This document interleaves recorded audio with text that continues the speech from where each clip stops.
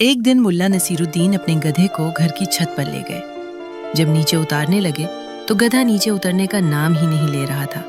बेहद कोशिश की मगर गधा जूं का तूं था और मुसलसल बज़द था कि नीचे हर गज नहीं उतरना। आखिरकार मुल्ला थक हार कर खुद नीचे आ गए और इंतजार करने लगे कि शायद गधा खुद नीचे उतर आए। थोड़ी देर गुजरी तो मुल्ला ने महसूस किया कि गधा छत को लातों से तोड़ने की कोशिश कर रहा है।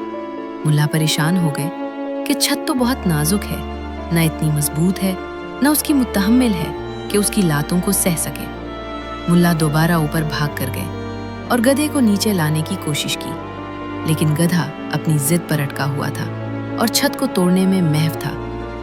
मुल्ला आखिरी कोशिश करते हुए उसे दोबारा धक्का देकर सीढ़ियों की तरफ लाने लगे कि गधे ने जोरदार मुल्ला को लात मारी और मुल्ला नीचे गिर गए और फिर छत को तोड़ने लगा। बिल आखिर छत टूट गई और गधा छत समेत जमीन पर आ गिरा। मुल्ला काफी देर तक इस वाकया पर गौर करते रहे और उससे 3 सबक अखज़ किए।